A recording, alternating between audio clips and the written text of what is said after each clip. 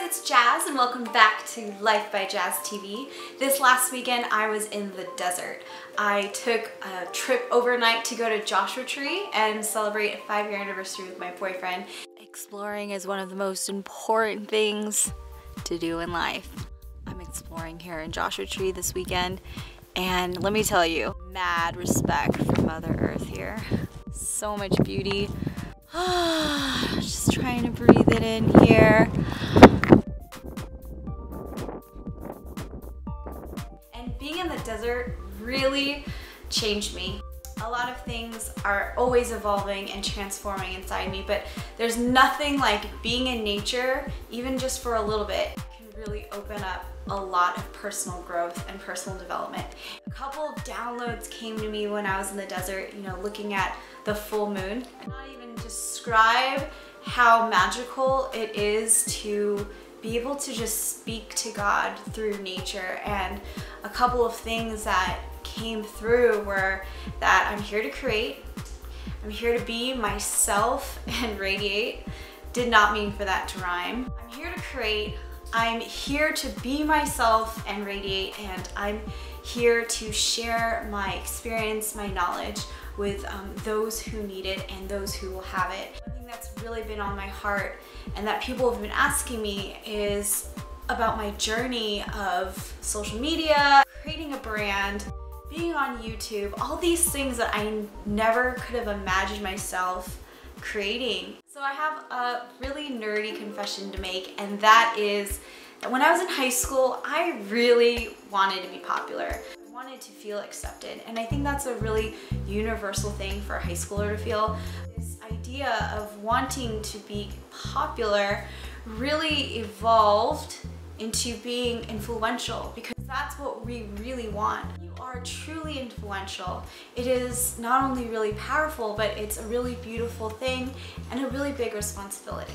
Whether it's online or in real life that you're longing to be influential, here are a couple of tips that I have based on my own experience that I'd like to share with you. The first one is be yourself. And obviously this is something that you hear all the time and everyone always says it, but what does being yourself really mean? Something that I'm still understanding and still evolving into. I always ask myself if I'm making a decision based out of love or based out of fear.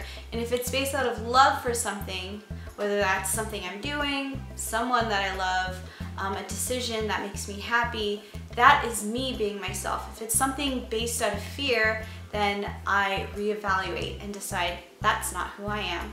This is a really simple concept, but it's also something that you have to practice with every decision that you make. Another great way to tell if you're being yourself is if you're lighting up a room. Anytime you're in a situation and you're lighting up a room, you're definitely being yourself. You know when your soul is speaking and when it's not. And just be true and be honest and be self-aware. Tip number 2 is to give your best to those around you. And when I mean your best, I mean your best attitude, I mean your best ideas, I mean everything. Giving your best adds value to other people's lives, and it also will in turn make you happier. So when it comes to giving your best, give it your all. And that is really a great way to show people that you really care, you want to serve them, and you have value to add. And that is one of the most powerful things you can do to be influential. Another tip I have is to go deep. And what does that mean? I mean, make real deep connections with the people that you encounter, whether you consider them strangers or not. Because the truth is, we really are all one. And the more people you allow yourself to open up to be vulnerable, to be honest with, and to respect their different opinions, the closer and deeper connections you'll make with other human beings, whether that's online or offline.